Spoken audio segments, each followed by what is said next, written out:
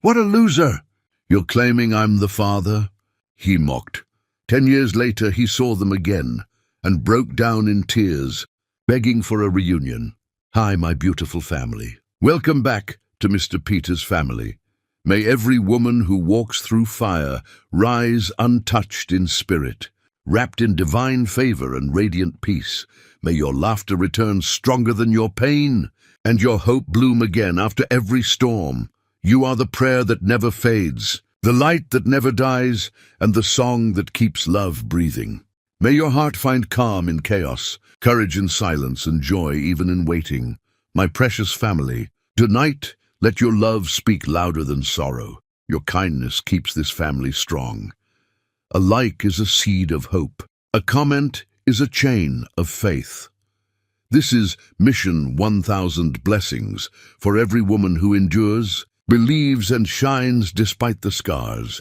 If you carry strength in your soul, like this video, if you walk with grace and faith, comment, "I'm with Mr. Peter."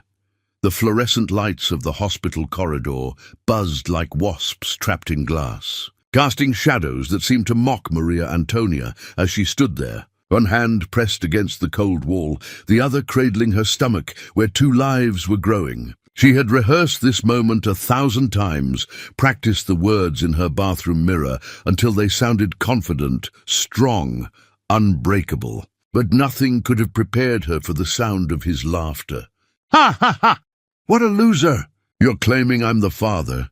Tony Gunter's voice echoed through the sterile hallway, sharp enough to cut through Maria's carefully constructed courage. His green eyes, the same eyes she had once thought held promises, now glittered with something cruel and distant. He stood there in his expensive coat, his polished shoes reflecting the harsh overhead lights, and he laughed like she had just told him the funniest joke he'd ever heard. Maria's throat tightened, but she kept her spine straight. She had come here directly from her nursing school clinical rotation, still wearing her scrubs, her hair pulled back in a simple ponytail. She looked exactly like what she was, a young woman trying to build something from nothing, working herself to exhaustion to create a future. Tony looked like what he was, a man who had never struggled for anything in his life, who had never had to fight for a single breath of air. "Tony, I'm telling you the truth. I wouldn't be here if it wasn't real. I'm pregnant with your babies, twins." Maria heard her own voice, steady despite the earthquake happening inside her chest. She had promised herself she wouldn't beg, wouldn't cry, wouldn't give him the satisfaction of seeing her break. But standing there under those merciless lights, with his laughter still ringing in her ears, she felt something inside her begin to crack. Oh, this is rich. Diane Gunter stepped forward from where she had been standing behind her son, her designer handbag clutched in her manicured hands like a weapon. Tony's mother had the kind of face that belonged in society magazines, all sharp angles and calculated expressions. She looked at Maria the way someone might look at dirt tracked onto an expensive carpet. "You actually thought you could trap my son with this pathetic lie? Do you have any idea how many girls have tried this exact same scheme?" Maria's hands trembled, but she forced them still. She had met Diane once before, at a charity event, where Tony had introduced her as a friend from the community health center. Even then, she had felt the woman's judgment like ice water down her spine. But this was different. This was warfare disguised as maternal protection. Veronica Gunter, Tony's sister, laughed from her position leaning against the wall, scrolling through her phone like this was all mildly entertaining background noise. "God, Tony, you really know how to pick them." At least the last one had the decency to be from our side of town. She glanced up, her eyes raking over Maria with barely concealed disgust. "This one actually thinks we're supposed to believe she's having twins. Twins, like that makes it more believable. Next she'll be saying they're royal babies." The words hit Maria like physical blows. She had known Tony's family was wealthy, had known there would be complications, but she had believed in something she now realized was a fantasy. She had believed that love mattered more than money, that the nights they had spent together talking about their dreams meant something real, that the way he had held her and whispered promises into her hair wasn't just another lie, Rich boys told poor girls. Maria. Sweetie. Diane's voice dripped with false sympathy, the kind that felt worse than outright hatred. Let me explain something about how the world works. My son is the Gunter heir. He's going to inherit businesses, properties, responsibilities you couldn't possibly understand. Do you really think we're going to let some nursing student claim our family's legacy based on, what, a few nights of fun? Nah, it wasn't just a few nights. Maria's voice cracked despite her best efforts. Tony, tell them. Tell them about the past months. Tell them about the things you said to me. Tell them you love me. Tony's laughter died, replaced by something even worse, complete indifference. He pulled out his wallet, that expensive leather thing she had once admired, and began counting bills. You want to know what this is worth to me, Maria? This whole drama you're creating? He threw a stack of $100 bills at her feet, the money fluttering down like dying birds. Take it. Get rid of the problem. Go to a clinic. Do whatever you need to do. Just stop embarrassing yourself. Maria stared at the money scattered across the hospital floor. Each bill felt like a slap, like proof that she had been nothing more than a transaction to him. She thought about bending down, about picking up those bills and throwing them back in his face, but something stopped her. Pride, maybe, or the sudden realization that this man, this family, wasn't worth the energy it would take to hate them. You think you can pay me to kill my children? Maria's voice came out different now, not pleading or angry, but cold as winter rain. You think that's what I came here for? Money? Well, isn't it? Veronica chimed in, finally putting her phone away to give Maria her full attention. Come on. You work 3 jobs. You're drowning in student debt. You live in that terrible neighborhood on the east side. Don't pretend this isn't exactly what you wanted. A rich boyfriend, an accidental pregnancy, a lifetime meal ticket. Maria felt something shift inside her chest, something fundamental and irreversible. She looked at Tony, really looked at him, and saw a stranger. The man she thought she knew, the man who had traced her face with gentle fingers and told her she was extraordinary, had never existed. This was who he really was, someone who could throw money at problems, who could laugh at a woman carrying his children, who could stand there with his family and treat her like she was garbage to be disposed of. I don't want your money. Maria's voice rang clear through the corridor, strong enough to make Diane flinch. I don't want anything from you. Not your name, not your support, not your presence in my children's lives. You just made something very clear to me. You're not a father. You're not even a man. You're just a boy who's never had to face consequences for anything in his miserable, empty life. She turned to walk away, her head high, her shoulders back. She would not give them the satisfaction of seeing her run. She would not let them win by watching her crumble. But Tony's voice followed her down that endless hallway, dripping with contempt. Don't come back here, with your hand out, Maria. Don't come crawling to us when reality hits, and you can't afford formula. This is your choice. You walk away now, you walk away forever. My children. He laughed again, that same cruel sound. These aren't my children. They're your problem, your mistake, your burden. Maria didn't turn around. She kept walking, kept breathing, kept moving forward, even though every step felt like walking through concrete. She made it to the parking lot, made it to her old car with its dented door and check engine light that never turned off. She sat in the driver's seat, hands gripping the steering wheel so tight her knuckles went white. Then she broke. The sobs came from somewhere deep and primal, tearing out of her throat like wild animals.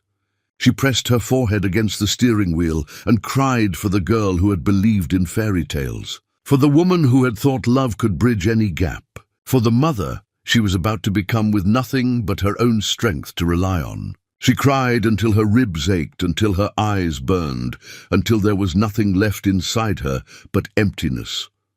A knock on her window made her jump. Lucia stood there, her best friend since childhood, still in her coffee shop uniform, her face creased with worry. Maria had texted her an hour ago. At the hospital. Need to tell Tony about the babies. Pray for me. Maria unlocked the door, and Lucia slid into the passenger seat, taking one look at Maria's devastated face and pulling her into a fierce embrace. "What did he say?" He laughed. Maria's voice was barely a whisper.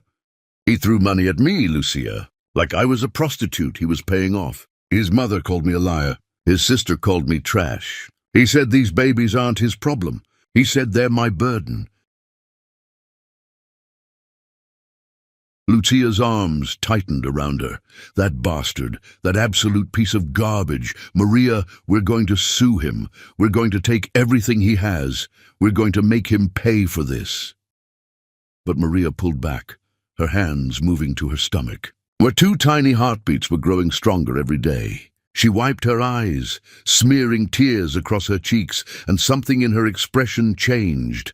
The softness that Tony had loved, the vulnerability that had made her trust him, hardened into something else, something unbreakable. "No." Maria's voice was quiet, but absolute. "We're not doing anything involving him. Not lawsuits, not child support, not angry letters, nothing. He just did me the biggest favor of my life, Lucia. He showed me exactly who he is before these babies were born, before I wasted more of my life hoping he would become someone worth knowing." But Maria, listened to me." Maria placed both hands on her stomach, feeling the slight swell where life was blooming despite the hatred she had just endured. "I'm going to raise these children without him. I'm going to finish school. I'm going to become a doctor. I'm going to build a life so incredible, so full, so successful, that they will never ever feel like they're missing anything. They won't grow up watching me cry over a man who abandoned us. They won't spend their childhood feeling like they're not enough because their father didn't want them. They're going to grow up knowing they are everything. They're going to grow up knowing their mother chose them over everything else in the world." Lucia stared at her, tears streaming down her own face. "You're really going to do this alone?" "I'm not alone. I have you. I have my mother. I have my strength. That's more than enough." Maria started her car, the engine coughing to life, and she looked at her best friend with eyes that had aged a lifetime in a single afternoon. "Those people in there, they think they won. They think they broke me. They're wrong." As she pulled out of the parking lot, Maria whispered to her unborn children, her voice fierce with promise and prophecy, "Your father just made the biggest mistake of his life, and one day, when you're grown and beautiful and unstoppable, he's going to realize exactly what he threw away." Chapter 2: The Transformation. Maria's apartment smelled like burnt coffee and stubborn determination. The walls were paper-thin, the heating unit clanged like it wanted to explode, and the bathroom faucet dripped with relentless persistence. But this cramped space with peeling paint was hers. Nobody could take that away, no matter how much money they threw at her feet. She sat surrounded by medical textbooks that cost more than groceries, her laptop balanced precariously, practice questions glowing on the screen. Her body ached in ways she hadn't imagined possible. The twins made their presence known through constant nausea, bone-deep exhaustion, and bizarre cravings that made no sense. But she pushed through, reading anatomy while her own was being rearranged by the lives inside her. Lucia had helped create a study schedule that looked more like warfare than academics. Finish nursing clinical hours, study for medical school entrance exams, work breakfast shifts at the diner, somehow sleep and eat. The schedule was insane, but sanity was a luxury she couldn't afford. Nausea hit without warning. Maria scrambled to the bathroom, barely making it, her body rejecting the crackers she'd managed earlier. This was the 4th time today. Her knees hit cold tile as she let herself cry while vomiting. Nobody was here to witness her weakness. "Baby girl, you're going to die like this." Her mother's voice came from the doorway, firm and steady. Rosalind had arrived that morning with battered suitcases and determination. She had sold her bakery, packed her entire life, and shown up ready to wage war against the world. "Mama, you didn't have to sell everything. You loved that bakery." Maria's voice was weak. "I loved you first." You think I'm letting my daughter do this alone?" Rosalind wet a washcloth, pressing it to Maria's neck with practiced maternal efficiency. "That bakery was just a building. You and these grandbabies are my real legacy." They sat on the bathroom floor together, neither speaking. Rosalind had always known when words helped and when silence was better medicine. She had raised Maria alone after her father left them with nothing but debt and broken promises. She had worked 3 jobs, taught her daughter that strength wasn't inherited but built through surviving things that should have broken you. "I'm scared, Mama." The admission was barely a whisper. "I'm scared I'm not strong enough. I'm scared I'll fail the exam. I'm scared these babies will be born and I won't know how to be what they need." Fear just proves you understand how important this is.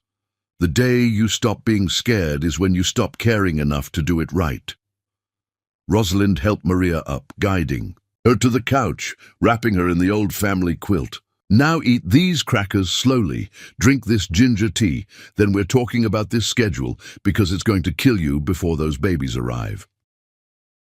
They negotiated for an hour. Rosalind would take weekend grocery shifts. Lucia would cover afternoon elder care on clinical rotation days. Maria would keep only breakfast diner shifts. It still wasn't enough hours, but it was survivable. Maybe. The medical school entrance exam loomed like Judgment Day. Maria studied with frightening intensity. She memorized until words appeared. In dreams, until she could recite biological processes while brushing her teeth. Her nursing school classmates whispered about this pregnant girl who studied through lunch and stayed late asking questions nobody else considered. Some admired her, others thought she was delusional. The pregnancy made everything harder. Her scrubs stopped fitting. Her back ached constantly. She developed heartburn so severe she slept sitting up, textbooks propped on her enormous belly. But she kept going, kept studying, kept working, kept building the foundation for a life that would prove Tony Gunter's rejection was the best thing that ever happened. Lucia visited every evening after her coffee shop shift, bringing food she claimed were extras. They both knew she was lying, spending her own money to feed Maria. But Maria had learned to accept help without drowning in debt. Her pride had nearly killed her those first weeks. Lucia had explained brutally, "Your pride is a luxury those babies can't afford. Swallow it or starve, your choice." How was work? Lucia unpacked containers of soup and bread.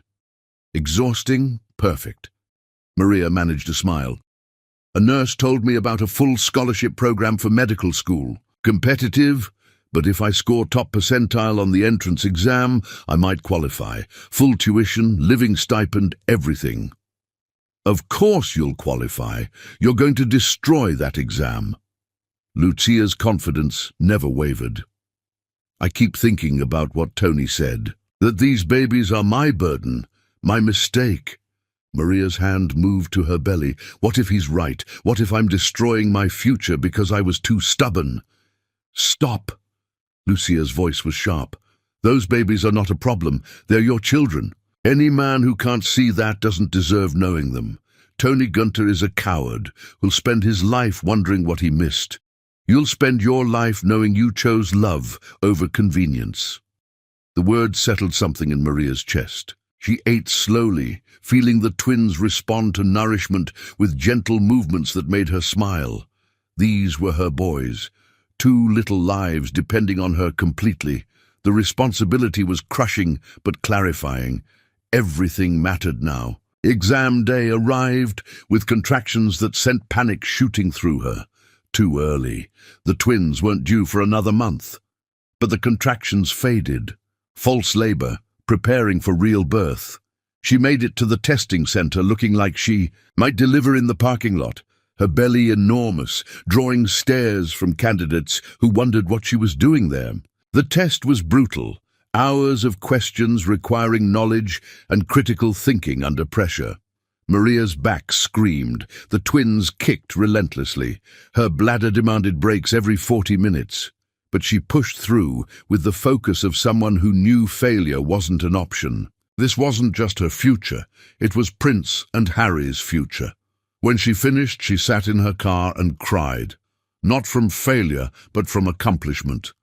Pregnant with twins, working multiple jobs, studying while exhausted, she had completed the hardest test of her life. Whatever happened next, she had proved she was capable of more than anyone thought possible, more than Tony thought possible. The acceptance letter arrived on a rainy afternoon. Maria stood in her doorway, water dripping from her coat, staring at the envelope holding her future. Her hands shook as she opened it. Congratulations, full scholarship, medical school starting in the fall, everything she had fought for. She called Lucia first, screaming with joy. Then her mother, both crying so hard they couldn't speak. Then she sat on her couch, hands on her belly, telling her sons about their future. We did it, babies. Mama did it. We're going to be okay. Better than okay. We're going to be extraordinary. Labor started a week later, fast and brutal. Pain that made everything else feel like practice. Lucia drove, while Rosalind sat in back holding Maria's hand, both radiating calm despite their terror. The hospital was chaos, nurses rushing Maria to delivery, doctors discussing complications in voices that weren't quiet enough. Prince was born first, screaming with lungs that promised he'd never be ignored. The doctor placed him on Maria's chest, and she fell in love, instantly, completely, in ways that rewrote her understanding of love. Then Harry followed, quieter but determined, his face already curious about this strange world. Two perfect boys, two miracles. The hospital administrator visited the next day, the same woman who had judged Maria before. She brought forms about birth certificates. Miss Antonia, we need information about the father. Maria looked at her sons, sleeping peacefully, perfect and entirely hers. There is no father. Leave that section blank. But surely the biological father should be notified. There is no father. Maria's voice turned to ice. These boys have a mother, a grandmother, and a family that will love them more than most children dream of. That's all you need for those certificates. The administrator left, disapproval obvious but irrelevant. Maria had no space for people who couldn't understand that family wasn't defined by genetics. Family was defined by who showed up, who stayed, who loved unconditionally even when it was hard. On the twins' first birthday, an envelope arrived. Expensive paper, lawyer's address, Gunter family crest embossed on back. Maria opened it to find a contract, offering substantial payment for signing away any future claims. They were trying to buy their way out of responsibility again. Maria carried that letter to the kitchen sink, turned on the stove lighter, and watched it burn. The smoke detector went off, making the twins laugh and clap from their high chairs. Maria laughed with them, the sound echoing through the apartment that was too small but filled with more love than money could buy. This was her answer. This would always be her answer. Chapter 3. The Rise. Sunlight poured through floor-to-ceiling windows of Maria's office, illuminating diplomas representing years of exhaustion and hard-won victories. Dr. Maria Antonia, pediatric surgery. The words still thrilled her, still felt like vindication. 7 years since Tony's laughter echoed in that corridor. 7 years since money scattered at her feet. 7 years since she promised herself and her unborn sons they would build something extraordinary from wreckage. Her assistant's voice came through the intercom. Dr. Antonia, the Reynolds family is here. They drove 3 hours specifically to see you. Maria gathered files and headed to the consultation room, her movements confident. Parents requested her specifically now, refused to let anyone else touch their children during surgery. She had earned that reputation through hundreds of successful procedures, through nights staying late with frightened families, through explaining complex situations in ways that gave hope without lies. The Reynolds family looked exhausted, worried parents holding each other, a sick child trying to be brave, fear sitting on all their shoulders like physical weight. Their daughter had a congenital heart defect that 3 surgeons deemed too risky. But Maria had reviewed the case extensively, consulted specialists, run simulations, until she knew every complication. This child didn't need another doctor telling her parents to prepare for the worst. Mr. and Mrs. Reynolds, I've studied your daughter's case carefully. The surgery is complex, but I performed similar procedures successfully. Your daughter has a real chance at normal, healthy life. I'm confident we can give her that. Maria's voice was calm but absolute. The mother started crying. Everyone else told us to consider hospice, to make her comfortable. You're the first person who's given us actual hope instead of sympathy. I don't deal in false hope. When I tell you something is possible, I mean it. Maria looked at the little girl. What's your name, sweetheart? Emma, I'm 7. I like horses and painting, and my baby brother, even though he's annoying. The girl's voice was small but determined. Excellent things to like. After we fix your heart, you'll have so much energy for horses and painting and annoying your brother that your parents might wish for the days when you needed rest. Maria smiled, watching the girl's expression shift from fear to cautious excitement. After the consultation, Maria walked through hospital corridors with satisfaction from doing work that actually mattered. Nurses greeted her with genuine warmth. Residents scrambled to learn from her. Administrators treated her with earned respect. This was her kingdom, the empire she had built from nothing, from rejection, from determination to prove being unwanted by one person didn't determine worth. Her phone buzzed with a text from Lucia. Don't forget the hospital gala tonight. You promised to actually show up instead of finding emergency surgeries to hide behind. Maria smiled. Lucia knew her too well. Knew Maria would rather perform complex procedures than make small talk with wealthy donors. But the gala funded the pediatric wing, funded research saving children's lives, funded programs helping families who couldn't afford care. She could survive one evening if it meant more children got care that saved Emma Reynolds. That evening, Maria stood in her closet trying to remember how to dress for sophistication beyond scrubs. She chose a deep emerald dress Lucia insisted she buy, elegant but understated, saying she belonged without begging validation. Her mother was watching the twins, probably feeding them too much sugar. Grandmothers operated under different rules. The Grand Sterling Hotel was everything Maria expected. Crystal chandeliers costing more than her first apartment. Marble floors polished dangerously, waiters carrying champagne like precious artifacts. Rich people in expensive clothes, laughing at unfunny jokes, networking with practiced ease. Maria walked in and immediately felt a tension. Beautiful surgeon with tragic backstory. Single mother defying odds. Self-made success. She was fascinating to these people like zoo animals, something to observe safely, exotic and slightly dangerous. Dr. Antonia! We're so grateful you could attend. The hospital administrator rushed over with a painful smile. This was the same woman who had judged Maria 7 years ago, tried pressuring her about birth certificates, treated her like she was lesser. Now she smiled like they were allies. Maria played along because it served her purpose, but never forgot who people really were. She endured an hour of introductions to donors, wanting to feel connected to her work, shaking hands with strangers who would never understand fighting for survival. They wrote checks and felt charitable, never grasping their pocket change represented resources, saving actual lives. Maria was gracious, thanked appropriately, said right things, but inside she felt hollow. These weren't her people. She'd just escaped to the bar when she heard a familiar voice. The younger generation has no respect for traditional values anymore. They think they can skip important steps and still demand recognition. Diane Gunter stood 15 feet away, holding court with women wearing wealth like armor. Maria turned slowly, her heart pounding. She hadn't seen Tony's mother in 7 years, had successfully avoided any crossing paths. But here she was, looking older but no less formidable. Designer outfit perfect, jewelry catching light, entire presence screaming money and privilege and judgment. My son is going through another broken engagement. Can you believe it? The third one. These girls don't understand what commitment means. The moment things get difficult, they run. Diane sipped champagne, shaking her head.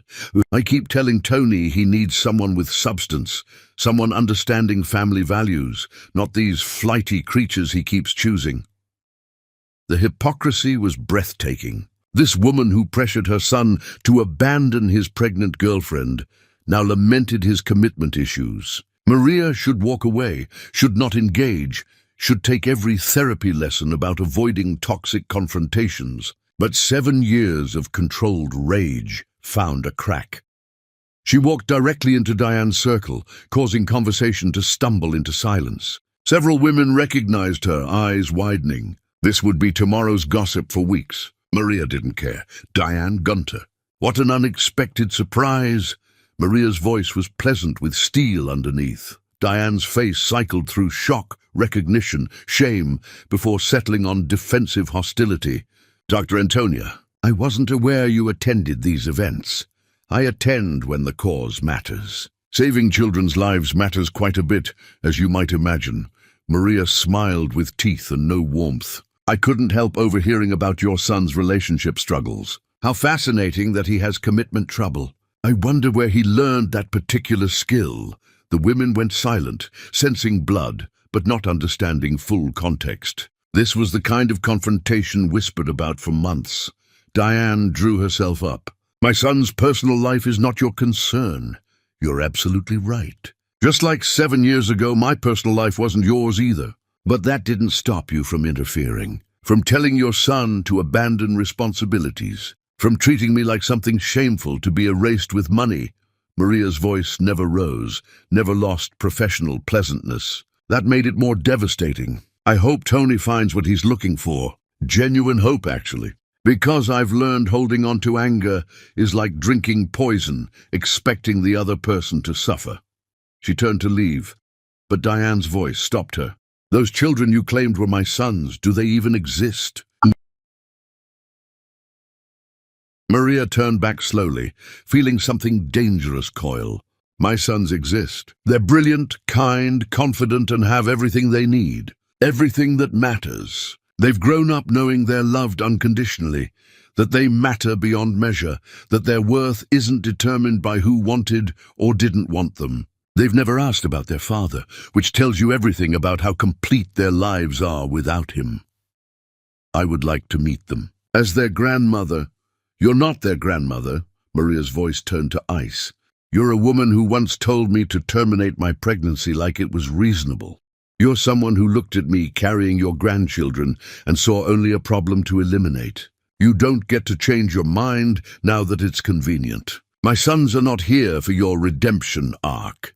She walked away, leaving Diane standing in a circle of fascinated spectators who would definitely be calling everyone they knew. Maria made it to the bathroom before her hands started shaking. She gripped the marble sink, staring at her reflection, breathing through adrenaline. Lucia found her 10 minutes later. I heard what happened. The entire gala is talking about nothing else. You just became a legend. I shouldn't have engaged. I should have walked away. Maria pressed hands against her face. You stood up for yourself and your sons. You told truth. There's nothing wrong with that. Lucia pulled Maria's hands down, forcing eye contact. You've spent 7 years being dignified and taking the high road. Maybe it was time to remind them exactly what they lost. That night, Maria stood in her son's bedroom doorway watching them sleep. Prince sprawled across his bed, claiming territory. Harry curled up with his stuffed elephant. They were perfect. They were everything. And they were completely, entirely, beautifully hers. 7 years ago, Tony had called them a burden, thrown money at her feet, walked away laughing. Tonight, his mother stood in a ballroom surrounded by wealth and privilege, and Maria had walked away without a second glance. Because the truth was simple, Maria had won. Not because Tony came crawling back, not because his family realized their mistake, but because she had built something so strong and complete that their absence created no holes. She had crowned herself. Chapter 4.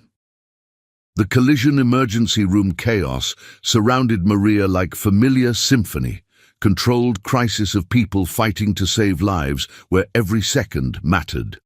She pushed through automatic doors wearing surgical scrubs from a procedure finished an hour earlier. The resident who called her was already moving toward her with a patient chart. Dr. Antonia, pediatric trauma case. Boy around 8, compound fracture of radius and ulna from playground fall. Parents specifically requesting you. Won't let anyone else examine him. He handed her the chart. Pain management. Maria's brain calculated angles and surgical approaches before seeing the patient. Stabilized, but terrified. Keeps saying he only wants the best doctor. Apparently his pediatrician told parents that's you. The resident looked slightly intimidated. The way most residents looked working with Maria. She had a reputation for being brilliant and demanding. The examination room was crowded with anxious family when Maria pushed through the curtain. The boy sat with his arm at an unnatural angle, tears streaking his face, but trying desperately to be brave. Maria immediately focused on him, making sure he saw her before medical equipment and worried adults. Hi there, champion. I'm Dr. Antonia. That arm looks like it hurts pretty badly. Maria's voice shifted into gentle tone, reserved for frightened children. Everyone says you're the best. Can you fix it? The boy's voice trembled, but his eyes held hope. I absolutely can fix it. We're taking pictures of those bones, then putting them exactly where they belong. You'll be climbing monkey bars again before you know it. Maria examined the injury gently, her clinical assessment happening while she kept him distracted. What's your name? I'm Cameron.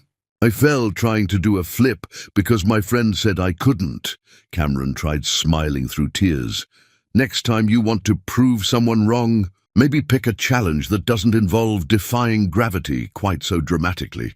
Maria smiled warmly, already giving orders about imaging and pre-op.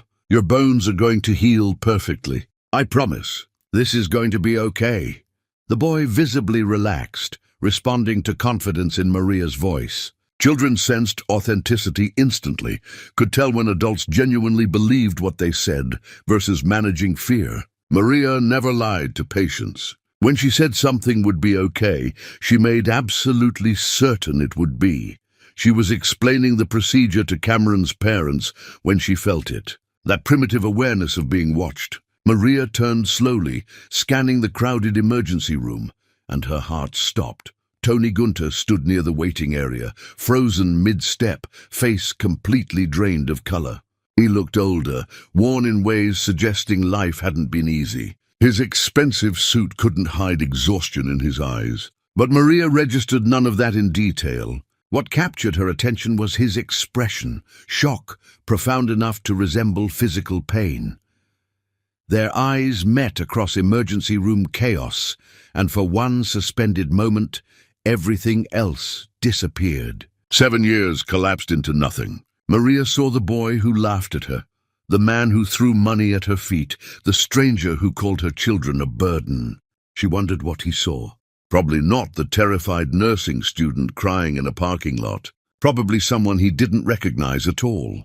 Then Maria turned away. She had a patient who needed her, a surgery to perform, a life to live with no space for ghosts. Whatever Tony Gunter was doing here, whatever surprise or regret was written across his face, wasn't her problem. She had more important things to focus on. Cameron's surgery took 3 hours. Maria worked with focused intensity that made her legendary, reconstructing bone fragments with precision bordering on art. Her surgical team moved in practice synchronization, anticipating her needs. This was her domain, her power, her proof she was capable of impossible things. When she emerged from the operating room, exhausted but satisfied, Cameron's family waited with desperate hope. The surgery went perfectly. Your son's arm will heal completely. He'll need physical therapy, but I expect full recovery. The family's relief was overwhelming. Maria accepted their thanks with professional warmth, explained recovery, answered every question patiently. This was why she did this work. She was walking toward her office when security intercepted her. Dr. Antonia, there's someone in the main lobby asking about you. We've tried sending him away multiple times, but he's refusing to leave. Says he'll stand there until you agree to speak with him. Given his family's connections to the hospital board, we weren't sure how to proceed." Maria's stomach tightened. She knew who it was. "Tell him I'm not available. Tell him to leave. I don't care about his connections. This is a hospital, not a social club. We've told him that. Multiple times. He's not budging." The security guard looked apologetic. "We can have him arrested, but given the politics involved, do whatever you need to make him leave. I don't want to see him. His presence disrupts hospital function." Maria's voice was ice cold, but curiosity ate at her. What could Tony possibly want after 7 years? Why was he here in her territory, disrupting her peace? Maria found herself walking to her office window, overlooking the main entrance plaza. Standing in shadows, where she could observe without being seen, Tony was pacing outside, phone pressed to his ear, body language radiating frustration and desperation. She watched him for several minutes, this man who had once been her world and was now less than a stranger. He looked lost. Her phone buzzed with a text from Lucia. "Heard Tony Gunter was spotted at your hospital. Please tell me you're not doing anything stupid." Maria typed back, "Not doing anything. He's leaving." It's handled. But then something caught her attention. The sound of children's laughter echoing from down the hall. Maria's entire body tensed because she recognized those voices instantly. Prince and Harry were here, delivered by her mother for their usual after-school visit. A routine twice a week when Maria's schedule allowed. She turned to see them running down the corridor, her mother walking behind with backpacks and lunchboxes and chaos. They were beautiful, her sons. Prince moved with careful purpose. Harry bounced with enthusiasm. They looked like perfect little humans, completely unaware they were about to collide with the man who rejected them before they existed. "Mama!" Harry saw her first and ran faster, launching himself at her with absolute faith she would catch him. Maria swept him up, opening her arm for Prince, who approached cautiously but with equal affection. "What are you troublemakers doing here so early?" Maria kissed both their heads, breathing in their scent, grounding herself. "Grandma said we could visit before homework if we promised to be extra good. Plus Prince wants to interview you for his school project about careers." Harry bounced in her arms, green eyes sparkling. Those eyes. Tony's eyes. The genetic lottery that couldn't be hidden. Maria had long since made peace that her sons carried their father's features. These eyes belonged to her children, not the man who abandoned them. She glanced back at the window. Tony was no longer on his phone. He was standing completely still, staring up at the building, and even from this distance, Maria could see something had changed. His expression shifted from frustration to something else, something that looked like shock, severe enough to stop his heart. Maria followed his gaze and felt everything inside her turn to stone. Tony wasn't staring at the building. He was staring at the window, at her, at the two boys she held close. From this angle, with afternoon light streaming through glass, he could see them clearly. Could see Prince's serious face and Harry's enthusiastic gestures. Could see their features, their eyes, the undeniable truth of their existence. She watched realization crash over him like a tidal wave. Watched his knees actually buckle. Watched him grab onto a parking meter for support. Watched his mouth form words she couldn't hear but could guess. "Mama, why is that man staring at us?" Prince had noticed Tony was looking at him with suspicious wariness. "He's nobody, baby. Just someone having a bad day. Come on, let's go to my office." Maria ushered her sons away from the window, away from their father's stare, away from the collision she had always known would eventually happen, but hoped to delay forever. Rosalind caught Maria's eye. Maria shook her head. Not now, not here, not in front of them. They made it to Maria's office and she locked the door, her hands shaking despite best efforts. Prince and Harry immediately occupied themselves with anatomical models, their young voices filling space with innocent questions about how bodies worked. Maria sat at her desk, head in her hands, trying to process what just happened.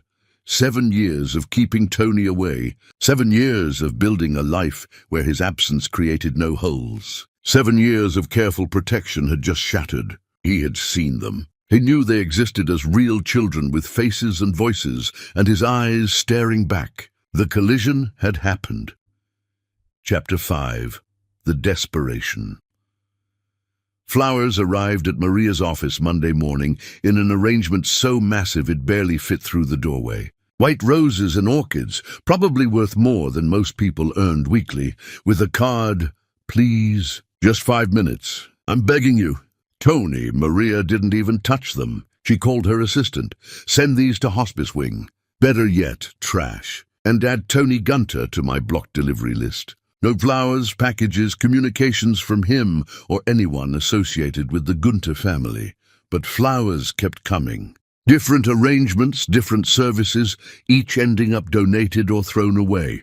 After the 10th arrangement in a week, Maria stopped bothering with specific instructions. Her staff knew the drill. Anything from Tony went straight to disposal. Letters started arriving midweek. Handwritten on expensive stationery, delivered through hospital mail, each pleading for conversation, understanding, 5 minutes of her time. Maria read the first one out of morbid curiosity. Maria, seeing them destroyed me. I can't sleep. I can't function. I have children I didn't know existed walking around with my eyes. Please, let me explain. Please let me apologize. Please just acknowledge that I'm drowning. Tony! She walked directly to her paper shredder and watched his words turn to confetti. There was something deeply satisfying about destroying his attempts to invade her peace. He thought words would fix what he broke. His desperation was his problem, not hers. Lucia found Maria in her office surrounded by shredded paper. He called the restaurant 5 times, begging me to talk to you, to convince you to see him. I hung up every time. Block his number. Tell your manager to block his number. I'm getting a restraining order. Maria's voice was flat, emotionless in the way that meant she was vibrating with fury. Maria, I have to say something you won't want to hear. Lucia sat carefully. He looked genuinely broken. When I finally answered to tell him to stop, he sounded like someone completely falling apart. Good. He should fall apart.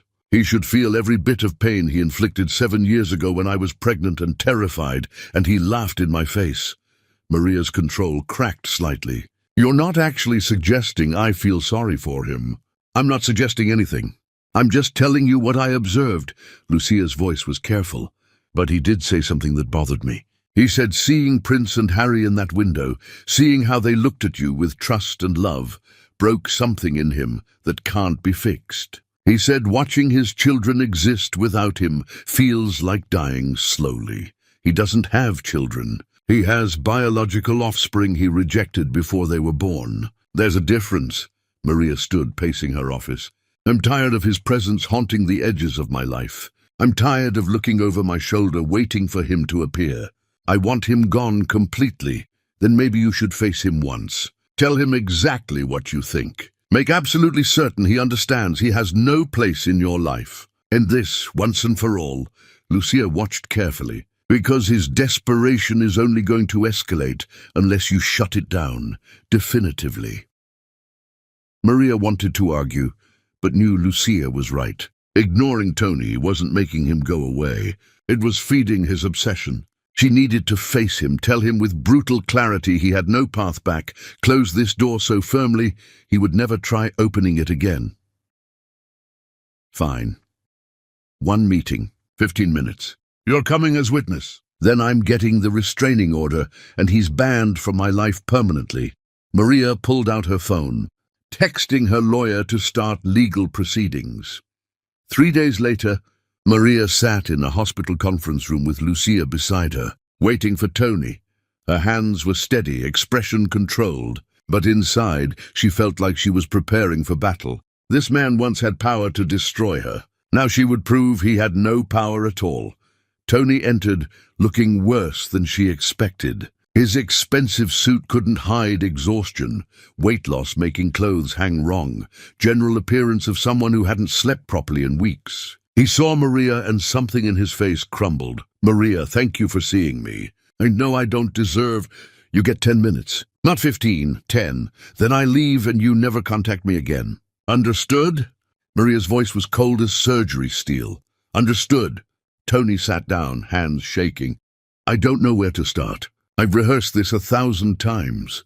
Start with why you think you have any right to any of my time whatsoever. Maria crossed her arms. I don't.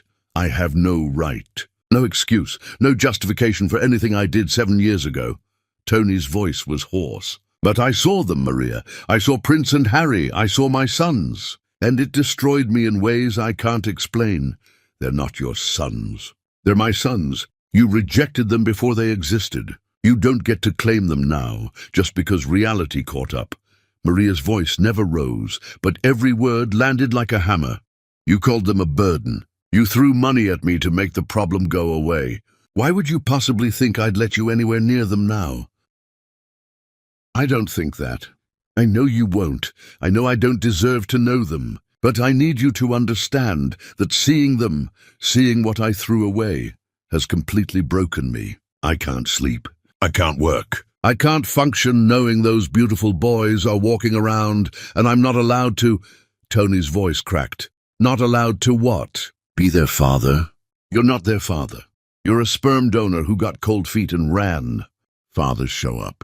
Fathers do the work. Fathers sacrifice for their children. You did none of those things. Maria leaned forward. Do you have any idea what the past 7 years were like? Working 3 jobs while pregnant. Studying for medical school entrance exams while dealing with all-day morning sickness.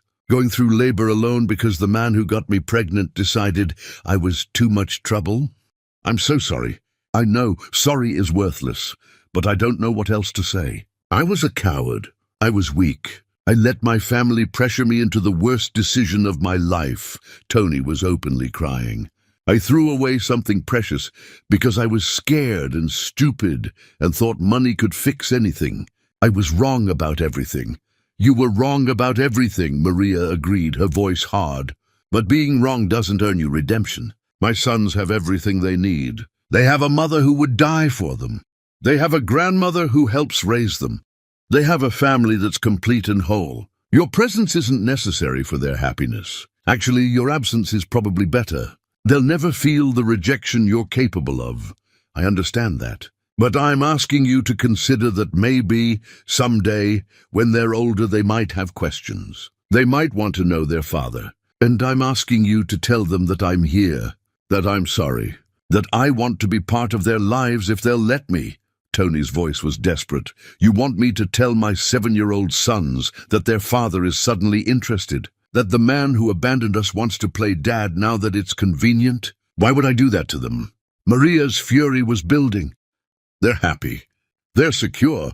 They've never asked about you because they don't feel your absence. Why would I introduce instability into their perfect lives just to make you feel better about your guilty conscience? Because everyone deserves to know where they come from. Because hiding the truth from them will eventually cause more damage. Tony's voice strengthened slightly. I'm not saying you have to let me see them now, but someday they're going to have questions, and I'm asking you to tell them the truth instead of pretending I don't exist. The truth is, you're a stranger who shares their DNA. The truth is, you had the chance to be their father and chose money over them. The truth is, you're 7 years too late. Maria stood, done with this conversation. Your 10 minutes are up. Leave my hospital. Leave my life. Stop sending flowers and letters and messages through my friends. Get a restraining order if necessary. But understand this. You will never know Prince and Harry. You will never be part of their lives. That's the consequence of your choice 7 years ago. She walked toward the door, but Tony's voice stopped her. Wallace met you, my father. He said you accepted the trust fund he set up for the boys. Maria turned back slowly. I accepted it because it benefits my sons, not because it gives your family any rights. That money sits in accounts they'll access when they're adults. It changes nothing about their relationship with you, which is none.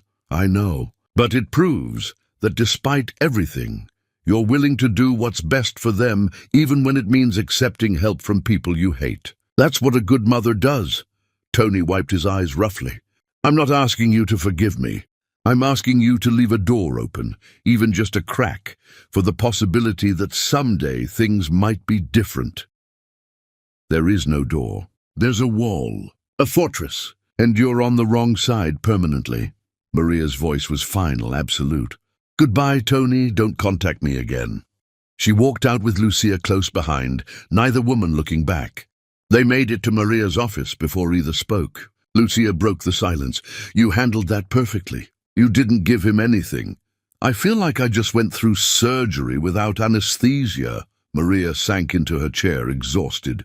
He looked so broken, so genuinely destroyed. Part of me wants to feel satisfied, but mostly I feel nothing. That's good. Feeling nothing means he can't hurt you anymore. But that night, lying in bed, unable to sleep, Maria found herself thinking about Tony's tears, about genuine devastation in his voice, about whether his transformation was real or manipulation. She hated that she was even considering these questions. Her phone buzzed with a text from an unknown number. I'm not contacting you again. I promise. But I needed you to know. Prince has your determination in his eyes. Harry has your smile in his laugh. They're extraordinary because you made them that way. I'll live with the consequences of missing that. Thank you for raising them to be better than I ever could have been. Tony. Maria stared at the message. Then she blocked the number and deleted the text. But she couldn't delete the words from her memory.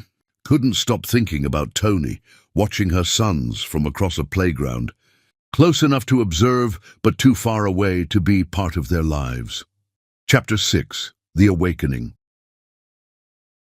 Prince asked the question on a Sunday morning while Maria made pancakes, her movements automatic from years of weekend rituals. Harry was still asleep, sprawled across his bed in the boneless way only children managed. But Prince sat at the kitchen counter watching his mother with an intensity that made her nervous. "Mama, why don't I have a father?"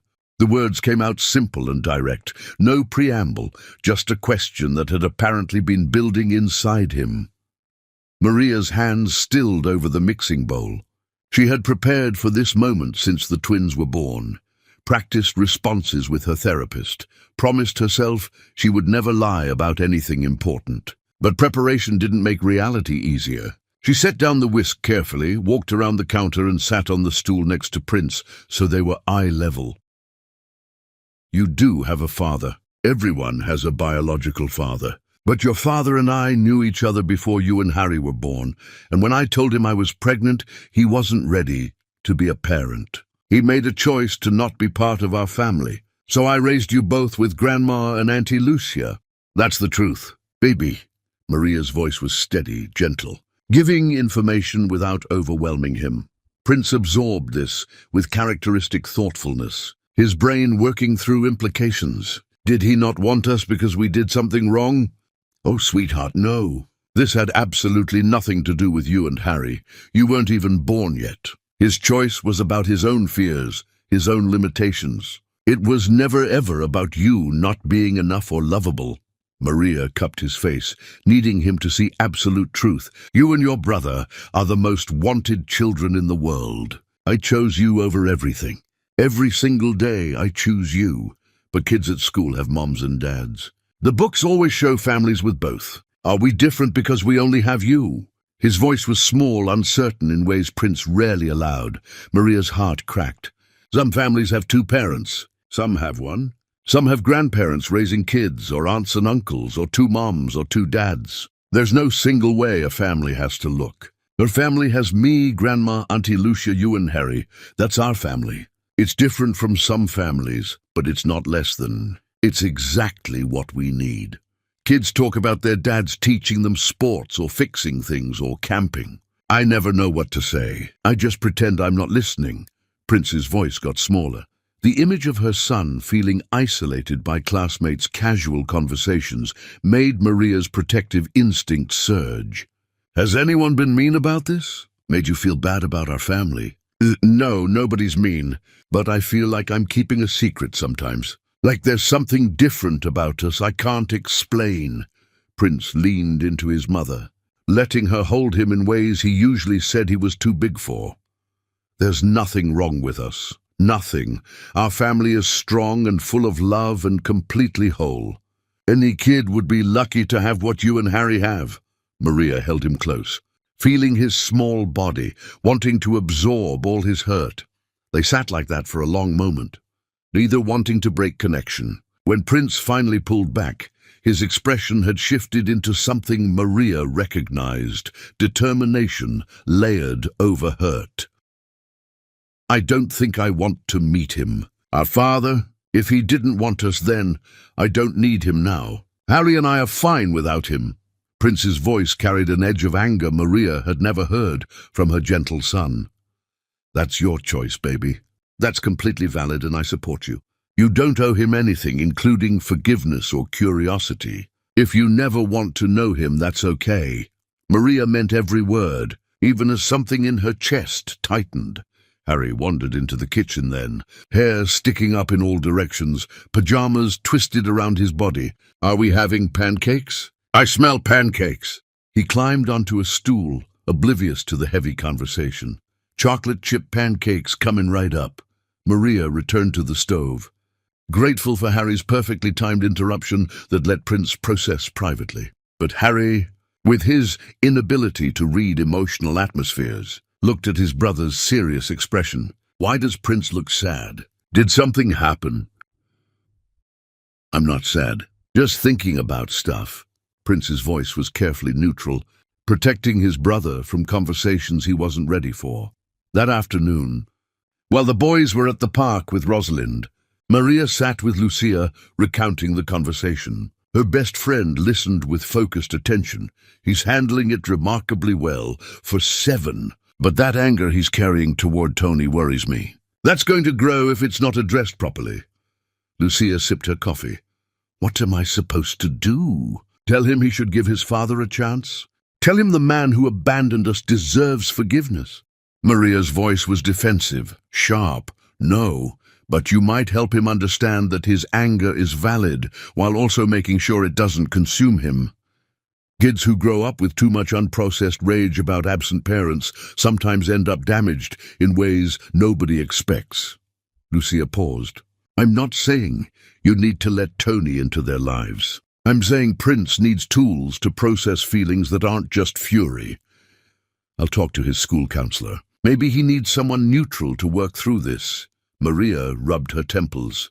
Days later, Harry did something that shocked everyone. Rosalind had taken the boys to a charity fun run the hospital sponsored. Maria couldn't attend due to emergency surgery, but Rosalind sent photos throughout the morning. Then her phone rang. Rosalind's voice was tight. "Maria, something happened. Harry saw Tony at the fun run. Tony was volunteering, handing out water. Harry walked right up to him and said something. They tried to stop him, but he was too fast. Maria's blood turned to ice." "What did he say?" "He said, 'My mother doesn't need you.' Then he walked away." Tony looked like Harry had physically struck him. "Just stood there holding water bottles, while my grandson walked back like nothing happened." Rosalind's voice mixed pride with concern. "Should I be worried?" "I don't know, maybe, probably." Maria felt panic rising. "Did Tony try to approach them? Did he say anything to Harry?" "No, he just stood there looking devastated, then disappeared into the crowd." "But Maria, Harry knew who Tony was. Somehow he figured it out." Rosalind's voice was gentle but concerned. "Prince is the one who told him. I heard them talking later. Prince said the man had our eyes, that he must be their father." Maria felt her carefully constructed protection shattering. Her sons knew. They had figured it out through observation and 7-year-old logic, and now they were making their own decisions. She had lost control of the narrative, and that terrified her more than anything. That night, she sat both boys down for a conversation she hadn't planned to have for years. "Grandma told me what happened at the fun run, that you saw someone and Harry said something to him." Prince and Harry exchanged glances, that twin communication without words. Finally, Prince spoke. "We figured out who our father is. The man at the hospital reading stories had the same eyes. Then we saw him at the fun run. We just knew, and you decided to confront him." Maria's voice was carefully neutral. "I wanted him to know that we don't need him. That you're enough for us. That he can't just show up and think we'll want him now. Harry's voice was fierce, protective of his mother. Was that wrong? It wasn't wrong. It was brave, but it was also something you didn't need to do. Protecting me isn't your job, baby. That's my job. Maria pulled both boys close. I need you to understand something important. Your father's presence or absence in your lives is not your responsibility. You don't need to reject him to prove you love me. You don't need to protect me from him. I'm the adult. I handle adult problems. But we wanted him to know. Prince's voice was quiet but firm. We wanted him to know that we're happy without him. And now he knows. But going forward, if you ever see him again, you don't have to say anything. You don't have to acknowledge him. You can just walk away and tell me, and I'll handle it. Maria kissed both their heads. Your only job is to be kids. To be happy and safe and loved. Everything else is my responsibility. After putting them to bed, Maria stood in their doorway watching them sleep. Her sons were growing up faster than she wanted, developing their own relationships with the father who rejected them. They were making choices about Tony without her input. The fortress she had built had cracks now, and she didn't know how to seal them without damaging her boys. Chapter 7. The Unraveling. Diane Gunter's living room looked like a magazine spread, all carefully curated elegance and expensive meaninglessness. But today the perfection felt suffocating. She sat on her pristine white sofa, pressing a handkerchief to her eyes while her makeup ran in dark streaks. Across from her, Tony looked like he hadn't slept in weeks, his eyes hollow and red-rimmed. I can't sleep, Mother. I close my eyes and I see them. Prince's serious face, Harry's bright smile. My children, my sons, walking around thinking they don't have a father because I was too much of a coward to claim them. Tony's voice cracked with the kind of pain that came from ripping open old wounds. You weren't a coward. You were protecting your future. You were making a practical decision. Diane's words sounded hollow, even to her own ears. She had been repeating these justifications for 7 years. Now, faced with her son's complete breakdown, she couldn't pretend anymore. I was a coward. We both know it. You pushed me to walk away, and I let you. I threw money at a pregnant woman like she was a problem to solve. I called my own children a burden, and now I'm reaping exactly what I sowed. Tony looked up at his mother, his eyes accusatory. You told me Maria was trying to trap me. You told me those babies probably weren't even mine. You convinced me that walking away was self-preservation. And I believed you because it was easier than being a man. Diane flinched. I thought I was protecting you. I thought she was using you for our money. I thought I was being a good mother. You were being a racist who couldn't stand the thought of your grandchildren being biracial. You were being a classist who thought someone from Maria's background wasn't worthy of our family. Don't dress it up as maternal protection. Own what you did. Tony's voice was cold now, grief hardening into something sharp. The words hung between them like poison gas. Diane wanted to argue, wanted to defend herself, but the truth sat on her chest like a stone. Everything Tony accused her of was accurate. She had looked at Maria and seen only what was lacking: the right family connections, the right background, the right skin color. She had been so certain her son deserved better, never considering that better wasn't measured by pedigree or bank accounts. I was wrong. The words came out barely above a whisper. I was so wrong. About Maria, about those boys, about what matters. I convinced myself I was protecting our family legacy, but I was just protecting my own prejudices. And now we've lost something we can never get back. Veronica burst into the room, her phone in hand, her expression furious. I can't believe you're all sitting here feeling sorry for yourselves. That woman has been refusing contact, turning Tony into a stalker. She's vindictive and cruel, and you're acting like she's the victim. She's the victim, Veronica. Can't you see that? Diane's voice rose, shocking everyone. We treated her like garbage. We told her to kill her babies. We threw money at her like she was something shameful. And when she chose to raise those children anyway, when she built an extraordinary life despite everything we did to break her, you think she's the one being vindictive? Indeed, I think she's bitter and angry and keeping innocent children from their family out of spite. Those boys are gunters. They deserve to know their father, their grandmother, their heritage. She's denying them that because she can't get over what happened. Veronica's voice was shrill, defensive. Stop! Diane stood up, her voice carrying authority that made Veronica actually close her mouth. Those boys are not Gunters. They're Antonia's. They have Maria's last name. They've never been part of this family because we rejected them before they were born. You want to be angry at someone? Be angry at us, at me, at your brother, not at the woman who survived our cruelty and raised two beautiful children alone. Oh my God, they've completely brainwashed you. Veronica looked at her mother like she was a stranger. That woman has you so twisted up in guilt that you can't see straight. Tony stood up, his movements sharp and aggressive. Get out, Veronica. Get out of this house right now. I can't listen to you defend the indefensible anymore. I'm defending our family. I'm the only one who remembers that we're supposed to stick together. Veronica's voice broke. Maria isn't an outsider. Prince and Harry aren't outsiders. They're my children, their mother's grandchildren. And the only people tearing this family apart are us, with our inability to admit we were wrong. Tony walked toward his sister, his expression harder than Diane had ever seen. You have a choice. You can evolve into someone who acknowledges reality and takes responsibility.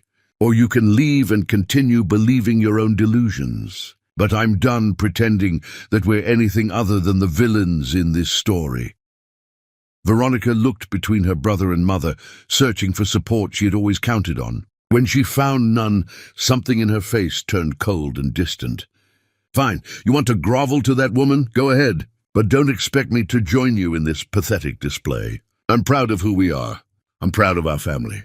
And I won't apologize for that. She stormed out, the sound of the front door slamming echoing through the enormous house. Diane sank back onto the couch, suddenly looking every one of her years. I've lost her. She's so angry, so convinced she's right.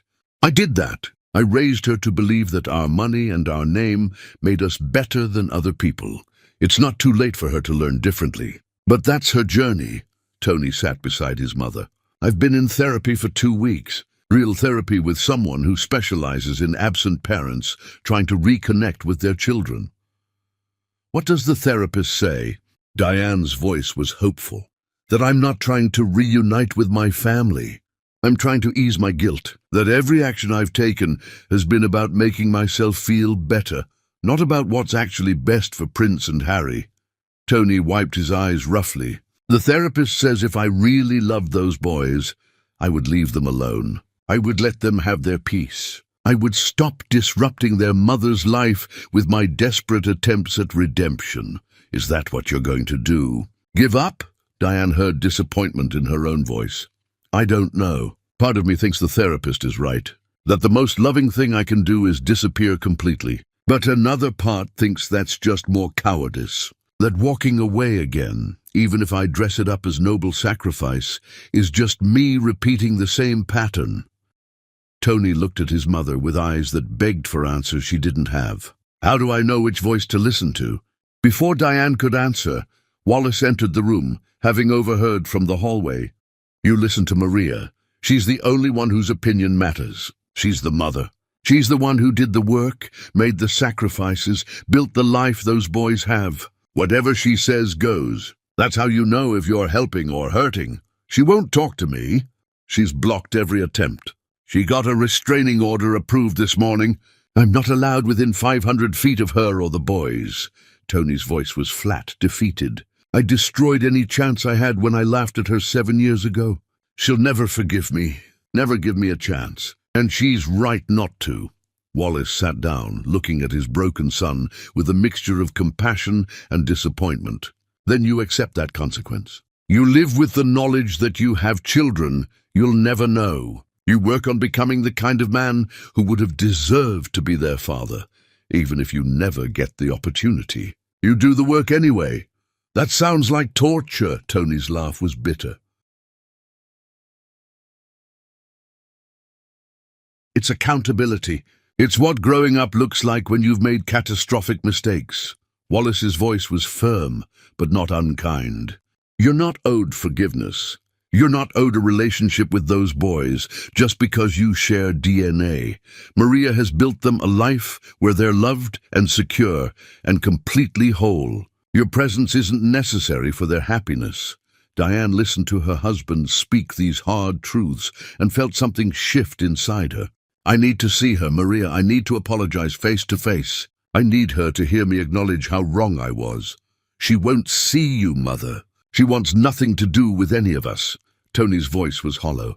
Then I'll write a letter. A real apology, not asking for anything. She can burn it if she wants. But I have to try. Diane stood up, her decision made. I can't fix what I broke, but I can stop pretending I didn't break it. That night, Diane sat at her desk, writing and rewriting a letter to Maria. Words felt inadequate to express the magnitude of her regret. How did you apologize for trying to convince someone to terminate a pregnancy? The paper filled with crossed-out sentences, inadequate phrases. Finally, she wrote something simple and true. Dear Maria, I was wrong about everything. I'm sorry for everything. You owe me nothing, including the courtesy of reading this letter. But I needed you to know that I see now what I couldn't see then. You are extraordinary. Your sons are extraordinary. And my family's loss is entirely our own fault. With deepest regret, Diane Gunter. She sealed the letter, addressed it, set it aside to be mailed. It wouldn't change anything, wouldn't undo damage or earn forgiveness, but it was a start toward becoming someone who could look at herself without shame. In his own room, Tony was writing pages of letters he would never send, trying to process the enormity of what he had lost. He wrote until his hand cramped and his eyes burned, and the sun started rising. None of it mattered. None of it changed reality. His sons didn't know he existed as anything more than a biological fact. Maria had erased him so completely that his absence left no hole. The Gunter family was learning what it meant to lose something infinitely valuable through their own actions. Chapter 8. The Shift. 6 months passed like water wearing down stone. Tony stopped showing up at the hospital, stopped sending flowers, stopped texting Lucia desperate pleas. Maria's world returned to its carefully constructed peace, quiet that felt earned rather than fragile. She had won. Tony Gunter had finally accepted defeat and disappeared back into whatever life existed for men who abandoned their children. But Lucia noticed something during their weekly coffee dates. You seem different lately, less on edge, like you've been sleeping better. I have been sleeping better. Without Tony's constant harassment, I can breathe again. It's been months since I've heard his name. Maria sipped her latte, her expression relaxed in a way it hadn't been for the past year. That should make you happy, but you seem almost disappointed that he gave up. Lucia studied her friend with expertise of someone who had known Maria through every phase. I'm not disappointed. I'm relieved. This is exactly what I wanted. Maria's voice was firm, but something in her eyes betrayed uncertainty. If you say so. Lucia dropped it, knowing when to push and when to let Maria work through things on her own timeline. What Maria didn't know was that Tony's silence wasn't defeat. It was transformation. He had taken his therapist's words seriously, had accepted that his pursuit of Maria and the boys was about his guilt rather than their well-being. So he stopped pursuing. Instead, he started changing. He began volunteering at the children's hospital, the same one where Maria worked, but in early morning hours when her shifts hadn't started. He read to kids recovering from surgery, helped families navigate insurance paperwork, did unglamorous work that required showing up consistently without recognition. The hospital staff didn't connect him to Dr. Antonia's personal life. They just saw a wealthy man who appeared every Tuesday and Thursday morning, quiet and helpful. Tony joined a support group for absent fathers, men who had made terrible choices and were trying to understand themselves well enough to break destructive patterns. He listened to their stories, shared his own, sat with collective shame and regret without trying to perform redemption for an audience. These men weren't trying to win back their children. They were trying to become people worthy of being called fathers, whether they ever got the chance or not.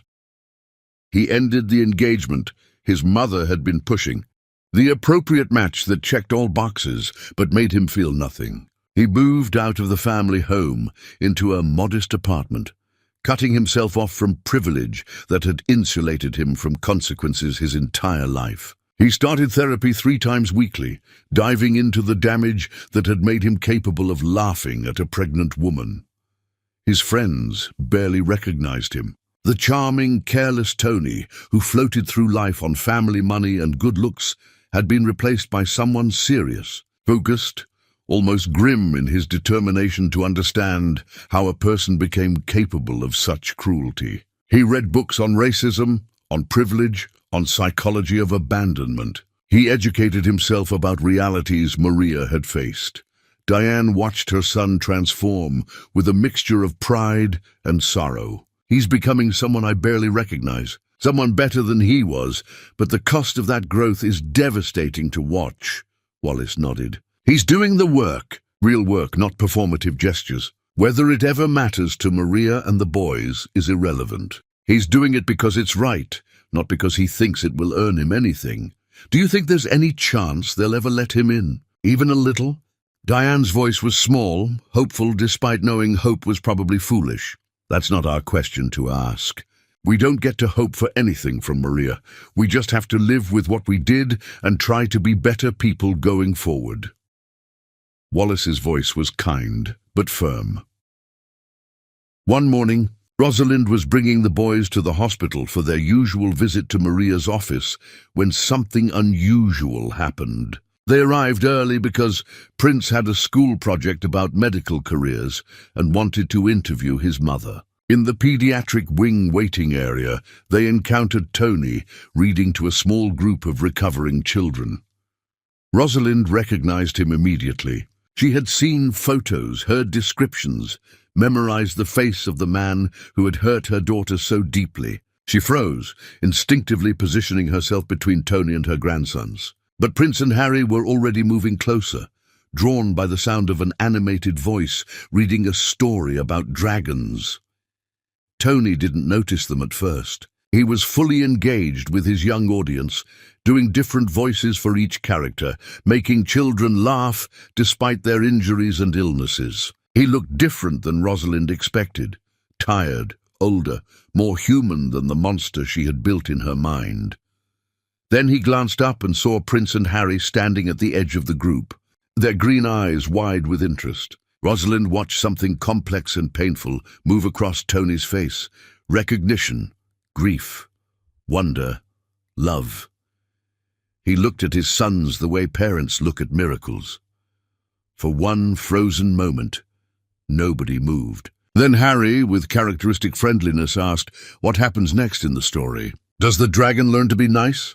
Tony's voice caught in his throat. He had to clear it twice before answering. The dragon learns that being strong doesn't mean being scary. That real power is protecting people instead of frightening them. That's a good lesson. Most stories about dragons get that wrong. Prince's voice was cautious, analytical. You're absolutely right. Most stories do get that wrong. Tony smiled, the expression achingly genuine. Are you here visiting someone? Our mother works here. She's a doctor. The best doctor. Harry announced this with absolute confidence, pride radiating. I've heard about her. Everyone says she's extraordinary. Tony's eyes filled with tears he couldn't quite hide. You must be very proud of her. We are. She's the most amazing person in the whole world. Prince stepped closer to his grandmother, some instinct telling him this stranger was significant in ways he didn't understand. Rosalind found her voice then. Boys, we should go find your mother. We're going to be late. She herded them toward the elevator. As they waited for doors to open, Harry turned back and waved at Tony. Bye. You're really good at reading stories. Tony waved back, his face crumbling the moment elevator doors closed. Rosalind saw it happen. Saw this man who had once been so cavalier completely break down in a hospital waiting room. She should have felt satisfaction. Instead, she felt something uncomfortably close to pity. When they reached Maria's office, Rosalind debated whether to tell her daughter about the encounter. Maria was reviewing patient files, looking calm and content. Rosalind decided to say nothing. The moment had passed without incident. The boys had no idea who they'd been talking to. There was no reason to disrupt Maria's peace, but that night, Prince asked his grandmother a question that stopped her heart. "Grandma, that man reading stories this morning, he looked really sad when Harry said Mama is the most amazing person. Why would that make someone sad?" Rosalind chose words carefully. Sometimes adults have complicated feelings about things that don't make sense to kids. He was probably thinking about his own life, not anything you said. "I think he knows Mama. I think maybe he used to know her a long time ago, and something bad happened, and now he's sad about it." Prince's perceptiveness was both gift and challenge. "He had the same eyes as me and Harry. Did you notice that?" Rosalind's breath caught. "What makes you think that?" "I just noticed. Lots of people have green eyes, though. It probably doesn't mean anything." Prince went back to homework, seemingly satisfied. But Rosalind knew her grandson, knew he had made a connection he wouldn't forget. Anew, Maria's carefully constructed wall had developed a crack. That weekend, Maria received a letter from the hospital administrator. Tony Gunter had made a substantial anonymous donation to the pediatric wing, designated specifically for families who couldn't afford their children's medical care. The donation came with no conditions, no publicity requirements, no requests for recognition, just money that would change lives. Maria stared at the notification, confused by emotions she didn't want to name. This wasn't the Tony she remembered. The Tony who rejected her wouldn't have understood struggles of families drowning in medical debt, wouldn't have cared about children who weren't useful to him. "What are you thinking about?" Lucia found Maria in her office, the donation letter in hand. "And I'm thinking that people don't change this fundamentally. I'm thinking this is another manipulation." Maria's voice lacked conviction. Or maybe he actually grew up. Maybe realizing he abandoned his children broke something in him that needed breaking. Maybe he's finally becoming the person he should have been 7 years ago. Lucia sat down. Would it be so terrible if he changed? Yes, because if he's genuinely changed, if he's actually become someone decent, then I have to reconsider everything. I have to acknowledge that my sons might benefit from knowing him. I have to face the possibility that my anger is hurting them more than protecting them. Maria's hands shook slightly. It's so much easier when he's the villain. Life is rarely that simple, though. People can be multiple things at once. He can be both the coward who abandoned you and someone genuinely trying to become better. Lucia's voice was gentle but challenging. The question isn't whether he's changed. The question is, what's best for Prince and Harry? And only you can answer that. Maria sat with that question for weeks. She watched Tony from a distance when he volunteered, saw the way he interacted with children, noticed the sadness that seemed to permanently inhabit his features. She investigated his life in small ways, discovering he had left his family's empire, had moved to modest apartment, had changed everything. None of it proved anything. Changed behavior wasn't the same as changed character, but it was something she couldn't ignore anymore. Chapter 9. The Confrontation.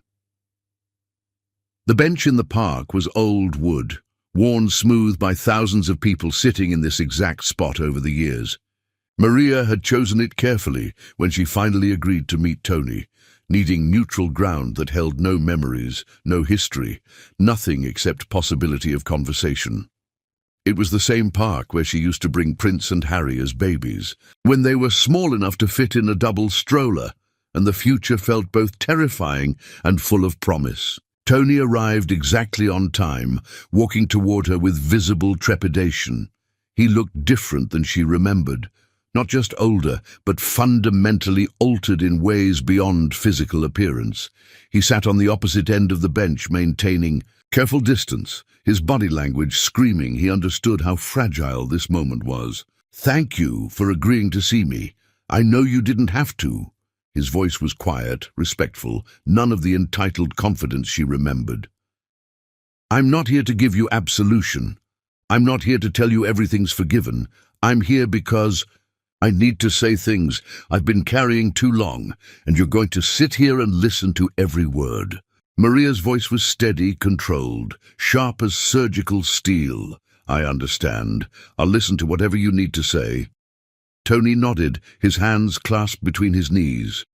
Maria had prepared for this conversation for weeks, had written speeches, and practiced delivery, had imagined every possible version of this confrontation. But now that it was happening, she found herself saying things she hadn't planned, truths erupting from places she didn't know still existed.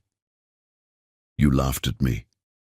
When I told you I was pregnant with your children, you stood in that hospital corridor with your mother and your sister, and you laughed like I had told you a joke. Do you remember that? Do you remember the sound of your own laughter echoing while I stood there with my hand on my stomach, trying not to collapse?" Maria's voice started to shake, years of controlled fury cracking through professional calm. I remember everything, every word I said, every moment, every choice that destroyed something precious." Tony's voice was hoarse. "I've replayed that day 1,000 times, wished I could go back, wished I could be someone different. But I can't. All I can do is acknowledge that I failed you in every possible way. You failed yourself more than you failed me. I survived. I thrived. I built an extraordinary life from your rejection. But you lost 7 years of knowing your children. You lost watching them grow, seeing their first steps, hearing their first words, being there for their first days of school. You lost everything that makes life worth living, and you did it to yourself." Maria's voice was cold now, clinical. "I don't need your apology. I don't need your regret. I need you to understand that what you destroyed wasn't my life. It was yours. I know that now. I understand that the person I hurt most was myself." Tony wiped his eyes with shaking hands. "But watching you walk away that day, watching you choose our children over everything, was the bravest thing I've ever witnessed. And I was too stupid and cowardly to see it." "Brave?" Maria laughed bitterly. "I wasn't brave, I was terrified. I was alone. I was working 3 jobs while pregnant with twins. I was studying for medical school entrance exams while throwing up multiple times a day. I was going through labor, knowing the man who got me pregnant had called my babies a burden. There was nothing brave about any of that. It was survival. You turned survival into triumph. You became an extraordinary doctor. You raised 2 incredible boys who are confident and kind and completely secure. You built something from nothing, and you did it alone. That's not just survival, that's heroism." Tony's voice broke. "And I missed all of it because I was a coward. You missed all of it because you chose to miss it. Don't rewrite history to make yourself more sympathetic. You had choices at every step, and you chose wrong every single time." Maria stood up, pacing now, unable to sit still. "You chose your family's approval over your children. You chose money over responsibility. You chose comfort over doing the right thing. Those were your choices, Tony. Own them." "I do own them. Every single one. And I'm begging you to tell me if there's any path forward, any way I can be part of their lives, even in the smallest way." Tony stood too, his voice desperate. "I'm not asking for forgiveness. I'm asking for a chance." "A chance at what? Being their father? You're not their father. You're a biological connection. Fathers show up. Fathers do the work. Fathers make sacrifices. What have you sacrificed?" Maria's voice was rising now, professional control slipping. I've sacrificed 7 years trying to become someone worthy of them. I've been in therapy 3 times a week. I've volunteered at children's hospitals. I've educated myself about the privilege that made me so callous. I've ended relationships that didn't challenge me to be better. I've done everything I can think of to become someone different than who I was. Tony's voice was raw, honest. I know it's not enough. I know it will never be enough, but I'm asking you to acknowledge that I'm trying. Maria stopped pacing, turning to face him directly. You want me to acknowledge that you're trying? Fine, I acknowledge it. You're trying to become the person you should have been 7 years ago. Congratulations, you're finally growing up. But that doesn't earn you access to my sons. That doesn't erase what you did. That doesn't make you their father. I know. But they're going to grow up. They're going to have questions. They're going to want to know where they came from. And when that day comes, I'm asking you to tell them that I'm here. That I'm sorry. That I want to know them, if they'll let me. Tony's voice was quiet now, resigned. I'm not asking you to decide for them. I'm asking you to give them the choice when they're ready. Maria felt something shift inside her, something she didn't want to acknowledge. You want me to tell my sons about the man who rejected them? You want me to introduce pain into their perfect lives just so you feel less guilty? No. I want you to tell them the truth. That their father wasn't ready to be a parent. That he made terrible choices. That he spent years trying to understand how he became capable of such cruelty. That he's here, waiting, if they ever want to know him, but that their mother is extraordinary and gave them everything they needed. Tony's voice strengthened. I want them to have the choice I never gave you, the choice to decide for themselves what kind of relationship, if any, they want with me. They're 7 years old, Tony. They're not ready for these kinds of choices. Maria felt tears burning. Behind her eyes, the first tears she had shed over Tony in years. Then tell them when they're ready, when they're 10, when they're 15, when they're adults. I'm not asking for access now. I'm asking you to leave a door open, even if it stays closed for years, even if it stays closed forever. Tony looked at her with such raw vulnerability that Maria felt something crack in her carefully maintained anger. I'm asking you to give them agency over their own lives. Something I failed to give you. The words hung between them, heavy with implications Maria wasn't ready to process. She thought about Prince and Harry, about their questions, about their right to know their own story. She thought about the man sitting across from her, broken but genuine in ways the old Tony never was. She thought about whether her anger was protecting her sons or protecting herself. I need time. I need to think about this without you pressuring me, without you haunting the edges of my life. Maria's voice was tired now, exhausted from carrying this conversation. I'm not promising anything. I'm not agreeing to anything, but I'll think about what you've said. That's all I'm asking. Time, consideration, nothing more. Tony stood, making no move to approach her. Thank you for meeting me. Thank you for listening. Thank you for raising our sons to be better than I was. They're not our sons. They're my sons. Maria's voice was sharp again, protective. You're right. They're your sons. You earned that. I lost that right 7 years ago. Tony started to walk away, then turned back. For what it's worth, seeing you today, seeing who you've become, I'm not surprised. You were always stronger than anyone gave you credit for. I just wish I'd been smart enough to see it when it mattered. He walked away then, and Maria let him go, sinking back onto the bench with her head in her hands. This conversation hadn't resolved anything, hadn't made anything easier, but it had changed something fundamental. Tony wasn't the cardboard villain anymore. He was a human who had made catastrophic mistakes and was genuinely trying to become better. That complexity made everything harder. Maria sat on that bench as the sun set, thinking about her sons, about their future, about whether she had the right to make decisions for them forever or whether she needed to trust them to eventually make their own choices. She didn't have answers. She only had questions that would keep her awake for months. Finally, she stood up and walked to her car. Tomorrow, she would talk to her therapist. Tomorrow, she would consider possibilities she had never allowed herself to consider. Tomorrow, she would face the reality that protecting her sons might mean something different than she thought. Tonight, she would go home and hold Prince and Harry close, and remind herself that whatever she decided, it would be because she loved them more than she hated Tony. Chapter 10. The Beginning.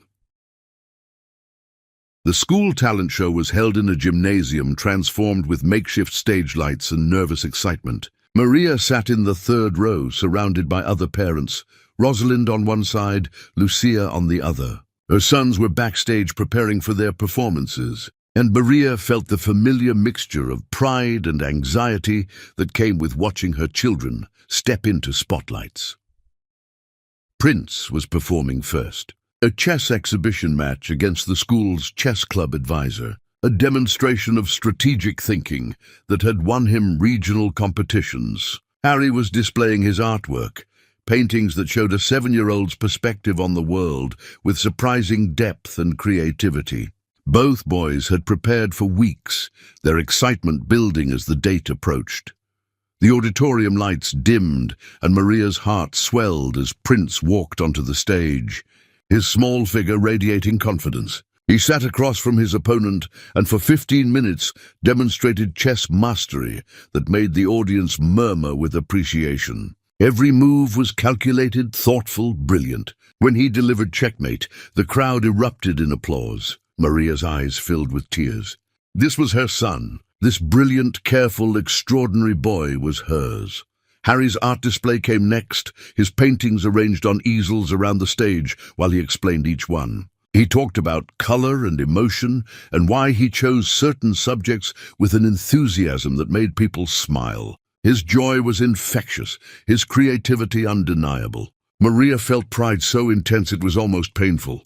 These were her boys. These perfect humans who had never known their worth was questioned, who had grown up secure and loved and completely whole. The performances ended and families flooded the gymnasium, congratulating children and teachers. Maria made her way backstage, where Prince and Harry were waiting, both their faces flushed with accomplishment. "You were both magnificent. I'm so proud of you I could burst." Maria hugged them both, breathing in their familiar scent, feeling their solid presence. "Did you see when I got the rook sacrifice? Coach didn't expect that." Prince's excitement was rare and precious. "And did you see how many people looked at my dragon painting? Everyone loved it." Harry bounced with his characteristic energy. "I saw everything. You were both perfect." Maria kissed both their heads. As they walked toward the exit, Maria saw him. Tony stood in the back of the gymnasium, partially hidden by a pillar, his face wet with tears. He must have bought a ticket, must have sat in the back where he wouldn't be noticed, must have watched his sons perform with the knowledge that he had no right to be there. Maria stopped walking. For a long moment, they simply looked at each other across the crowded gymnasium. Tony didn't wave, didn't smile, didn't move. He just stood there, with tears streaming down his face, acknowledging that he had witnessed something beautiful that didn't belong to him. Then Harry noticed him, and in a moment of pure childish impulse, unprompted by anyone, Harry waved. Just a small wave, the kind children give to friendly strangers. Tony waved back, his face crumbling with emotion that was too raw to witness. Prince saw the exchange, his expression unreadable. He didn't wave, but he didn't look away either. He simply observed, processing in his careful, analytical way. Maria felt Rosalind and Lucia tense beside her, ready to intervene if necessary. But Maria held up a hand, stopping them. This moment, whatever it was, belonged to her sons now. Not to her, not to Tony, to Prince and Harry, who were seeing their biological father for who he really was. A sad man, watching from a distance. Broken by his own choices, they left the gymnasium. The boys chattering about performances and classmates' reactions. Tony didn't follow, didn't try to approach. He simply stood in that gymnasium watching them leave, respecting the boundaries Maria had set. That night, after putting the boys to bed, Maria found a note that had been slipped into her coat pocket, probably when she wasn't looking. Tony's handwriting, they're extraordinary. Thank you for tonight. I won't intrude again, but I'll always be here if they ever want to find me. Good day. Maria held the note for a long time, then folded it carefully and put it in a locked box in her closet. A box that contained the twins' birth certificates, their first hospital bracelets, photographs from their early years. A box of memories and important documents. Someday, if Prince and Harry asked questions, if they wanted to know their full story, she would give them this note. She would give them the choice Tony had mentioned in the park, but that was for someday. For when they were older and ready and capable of making their own decisions. Tonight, they were 7-year-old boys who had performed beautifully and were now sleeping peacefully in their beds. Maria walked to their bedroom doorway, her nightly ritual of watching them sleep. Prince sprawled across his bed, claiming territory. Harry curled up with his falling-apart elephant. They were perfect. They were everything, and they were hers. The camera panned to show a photo on their bedroom wall, the three of them on vacation last summer, laughing on a beach, radiating joy. Whatever happened with Tony in the future was a choice her sons would make when they were ready. But Maria's story wasn't about him anymore. It never really was.